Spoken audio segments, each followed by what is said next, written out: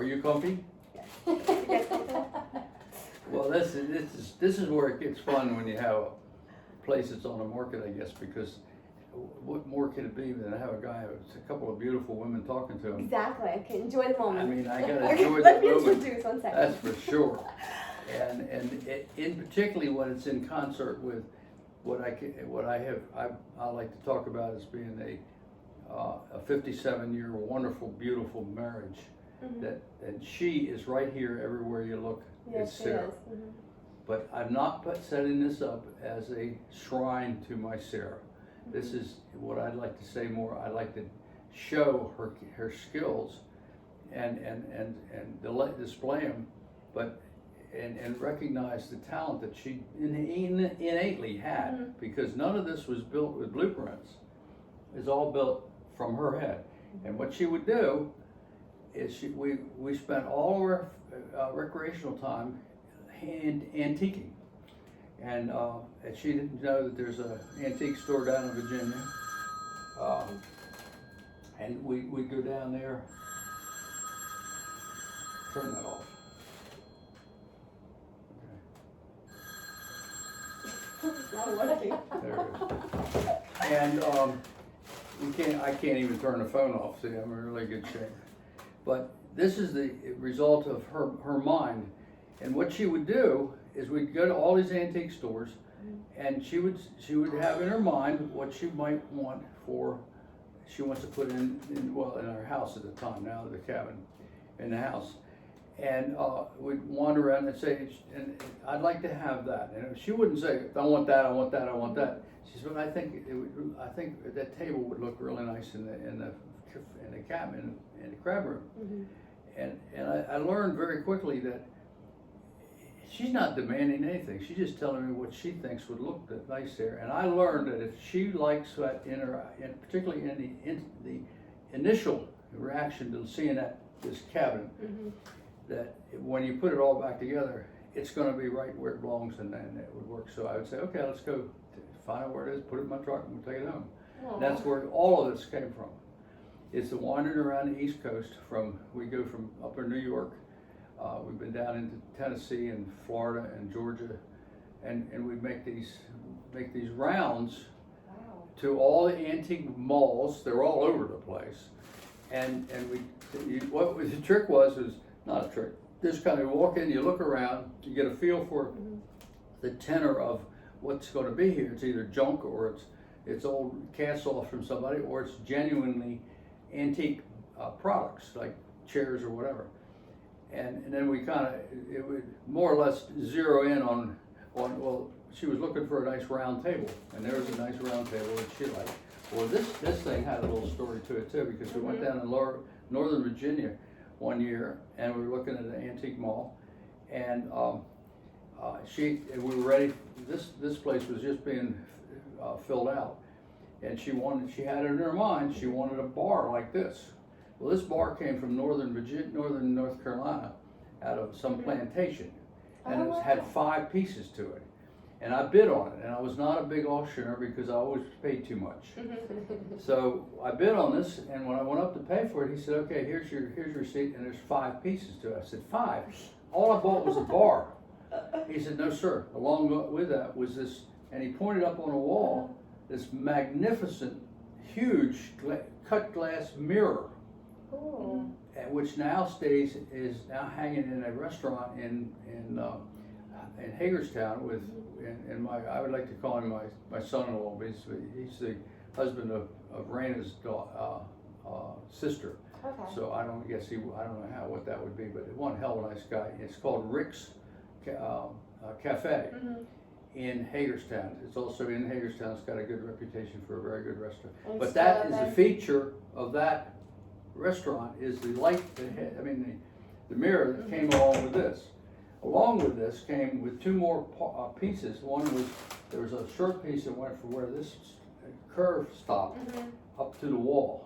Yeah. And that's also in his restaurant as a serving counter at some point.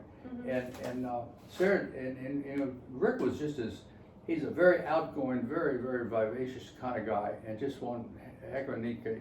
And and I guess he put the word out to Sarah, to my son Brian, that if he could figure out a way, he would like to have those. So we gave him, Sarah and I gave him the window, the mirror, and the bar top, and the parts and all that, and that's where they sit today. Awesome. But the idea was, she knew when I bid on this thing, she knew where it was going to go. Yeah. And when we brought it down here and set it in place, it slipped in place as if it was made right here. But that's the way we were dealing with it. Let me ask you this, beehive, That's where that came it's a from? wasp Oh, wow. nest, Okay. and we had a house. My first house after we got married, no, second one, we built in Darnestown, Maryland, which is just a little wide spot in the road in Montgomery County above D.C. And there's the fact is, if you want to, there's a picture of that. It was in the Post magazine section. I saw it. Okay, that's the house that that came out of. And in the front of that house, we had a circular driveway, and that's a wasp nest that was sitting way up high in a magnolia tree, magnificent magnolia tree. And when we moved, one of us, I'm sure it was Sarah, spotted it, and she said, "Can't we take that with us?" Well, that was a live wasp nest. I said, "Oh, of course we can." All right, smart ass. Now figure out how you're gonna get it down here. Right. Well, what we did was I sprayed it real good with a clear lacquer. Oh. And what it did is it immobilized the wasps, and they would keep this thing. This is a paper shell wasp, and if you're not careful, it'll come all apart in little pieces of paper. So I sprayed it real good with this clear lacquer, and somehow or another we were able to get it out of the tree, and now that was 20 feet in the top of the tree. But all the wasps left because of Well, that? it drove them out, yeah. See, because the smell. they do go through cycles. So we got it when it was in its dormant cycle. But if you were able to get it up to the top of it, the comb of that is about probably that big around. Wow. You know what the comb of a hive is? This is where the queen bees they hatch their little ones. Yeah, like honeycomb. Then the comb itself is still in there with the wasps in it. But the only way I could keep it intact is I have to once a year I have to spray it with a clear lacquer. That's easy to do. Just make sure you do it. Yeah. Because if it dehydrates too much, it'll just fall apart. Yeah. And so we could go for each, and like I was telling Hattie, every one of these items you see here have that same. And the cabin that's behind you is one, again, we wanted something. Sarah you don't put anything in here that's not real. It's not manufactured, it's gotta be real. It also cannot be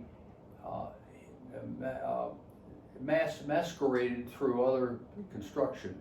It's gotta be like it belongs right there. And what she wanted this is our crab. We eat crabs 52 weeks a year. Every Friday night we have steamed crabs. And of course that predates this place, but this room was built to eat crabs in. And that was to be the outside of this room. It originally was an open ceiling screen porch. Okay. So we had it closed, and we put the skylights in it, and which skylights, if you ever have to use a skylight in any of your designs, don't. Because they Nothing but problems. We finally got it to stop leaking, and it's working beautifully now. But now the cabin was another issue. Again, as you can see, these logs, all these timbers, none of them are, well, not all of them are structural, but they're all real. Yeah. And they're what are called hand-hewn logs. Yeah. And as opposed to what you're going to find, the flooring over here is 150 years old, and it was true flooring, not resawed timbers. Now, what most of this flooring has done is they put this thing, and you should see the machine looks like a giant bandsaw. And they put these big beams in this bandsaw, and they slice it off, and they make one board, and they slice it up, make the next board. Oh. But these are actually 150-year-old flooring that was in the floor, used as a floor. That's amazing. And so all these timbers, the only timber that's been actually structural here is that giant one in the middle. It took 5 men to pick up one end of it. Oh Wow. my gosh. Oh, yeah. And so that, and if you go throughout the house, every beam you see is not necessarily structural, but they're actual. There's no styrofoam, there's no plastic, there's no paint on it, there's no encasing it in any kind of wood. They're all real beams. That's awesome. And the cabin is the same thing. It's a combination of there's some oak in there and there's some cedar. And but what we did was she wanted that cabin, so we put a number on the logs and put them on a flatbed and sent them down here. And then Ben Goddard was my contractor at the time, and he had with a bunch of his buddies, and they put it on. They had to pick one beam up there. He had to use a front loader, a fork loader. They're so big. Yeah. Those things are so big. And so they rebuilt it, and his law was, you make it back, put it back exactly as you found it.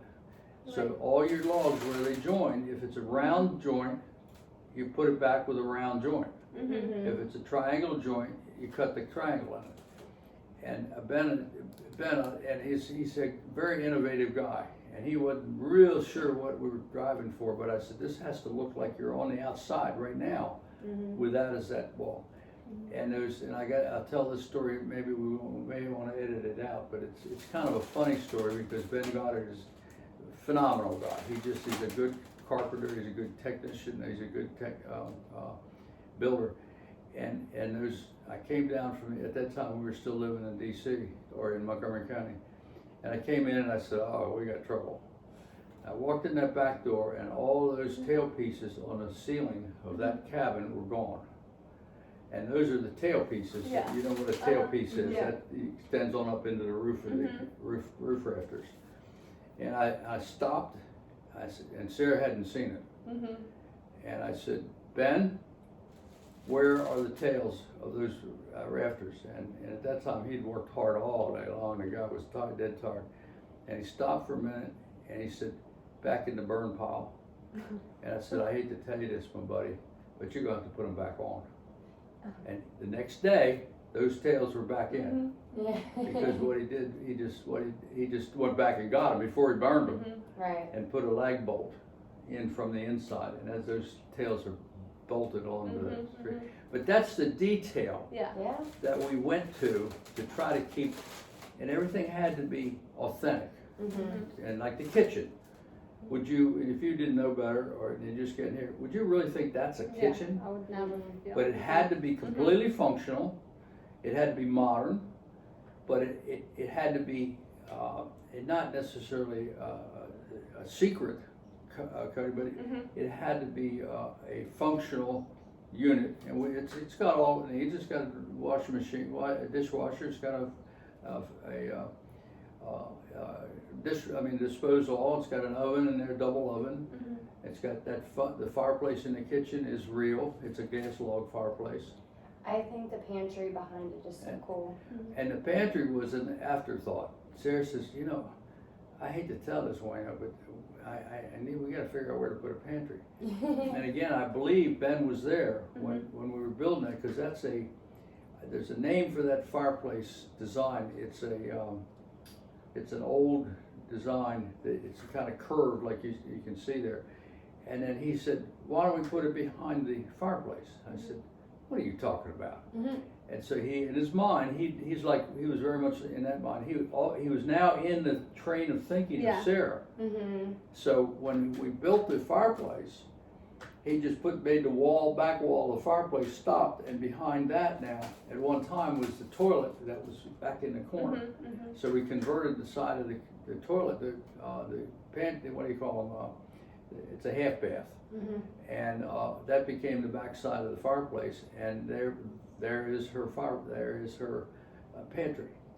And if you walk in from here, and you've been in it, you can see there's a good bit of room. It's pretty big, yeah. Well, I thought it stopped until I fully walked back there, and I saw it really goes behind. Around the It's a corner, big yeah. pantry, yeah. So again, she wanted a pantry, but didn't necessarily want a closet you walk over and open the door and go in to get it. Yeah. It's gotta be It's something simple. It's unique. not- Mhm. It's gotta be in keeping with the theory of the theme of what we're doing. At that stage, see, we were already past here, in the cabin, in the fireplace, in the kitchen. So that, we'd already done, this is all new construction of the house, this half right here. That wall right there used to be the back wall of the original house. Okay. And then everything from there back is all new construction. And, so that the idea was is that whatever you do has to fit the same theme Yeah. and the same detail that you've already created. What about the bedroom on second floor, the hidden path? How the idea? Yeah. how the Well, idea came? here again, we're dealing, you gotta remember, yeah, that's a big hit always, cause I in fact, as I have to admit, I get a kick out of it, cause I have more fun with it than people do. But we're dealing with a small house. Mhm. Originally, these were cottages that featured or fed the DC area. So all the higher ups in DC are in the wintertime this would become their no, when the summertime, what they become is their Washington's escape. Mhm. And there used to be a big barge from DC that would I read about, and there's a hotel on the corner, up the corner. And I never saw it, but I got pictures of it. And the point being I'm getting at is the house basically was a 3-bedroom house Mhm. with 2 bathrooms, 1,200 square feet, Wow, that was it. and no air conditioning, no heat. Well, it had heat, but it was limited. 1,200 square feet. It's now 5 bedrooms and 5,500 square feet. Wow. And I heard that, anyway, we'll go talk about that later, but the whole point is that when you're dealing with a house of that size and of that era, remember this house was originally built in 1926. Yeah. Mhm. And houses in those days didn't even have closets. Mhm. So where do you store anything? Right. And that means that if you put a cabinet in, that's taken away from the square footage of the room that you're in. Mhm. And the more of those you put in, smaller. If you put a window in or a door, it's cutting away from that. So Sarah's question was, and of course she wanted an upstairs laundry room, and that was that bedroom that we're now talking about. It is one of the original 3 bedrooms. That was the front bedroom, and so I decided, well, let's talk about this a minute. And she wanted an armoire, and I said, well. And she had her eye on one. She knew where she could go. We got to go to Frederick to get it. So she bought that armoire that's in there, Mhm. and it's not an armoire. It's a. There's another term that's called. It's a long. Call it an armoire for lack of another term. All it is a cabinet with 2 doors on it, and so if we knew that if we built a closet in that room. Sarah wanted to be able to access to her bathroom, to her laundry room. And so I said, I know one thing we can try and we'll see how it works. And she had that armoire sitting there. I said, let me try something. And I flipped the cabinet over and I put wheels on the bottom of it. And we framed the opening in to become a door. Well, the door is the cabinet. Mhm. Right. And it's made in such a way that now she can come up these steps. We've got three stairways in the house. She could do whatever, put her laundry together here, whatever she wants, and go up this step, make a short right, and pull open the hidden door, walk right in, and there's her laundry. Yeah. Mhm. And likewise, you can go and distribute it from there. Mhm. And that was just, we like to. I always like to build into these things a little a fun thing or a little unique addition, and that was the one thing I said, I know what I'm going to do, and let's see if we can make it work. And of course it did. Right. And the only problem is now, if I really wanted to get smart about it, you'll notice on the floor, because the wood is old flooring, Mhm. it's soft, and I put steel wheels on the bottom of the cabin. It's making a mark on the Yep. floor. Mhm. Well, the way to beat that is what I should do is take a piece of oak, probably oak wood, and I take it out to the shop and skin it down to maybe a 1/4 inch, and then cut that circle that's up there, I duplicate it on a piece of paper, and cut a curved piece of oak that would fit into that arc that those wheels are leaving, and then glue it down, and that would take care of that. But its mark is still there, is already there, and I don't find it to be objectionable at all. Let's make But it more unique. I didn't notice Yeah. it. yeah, you Yeah, have to you almost can't be see looking it. for it. Yeah. Yeah. Mhm. But that's what goes. That's what comes from compromise.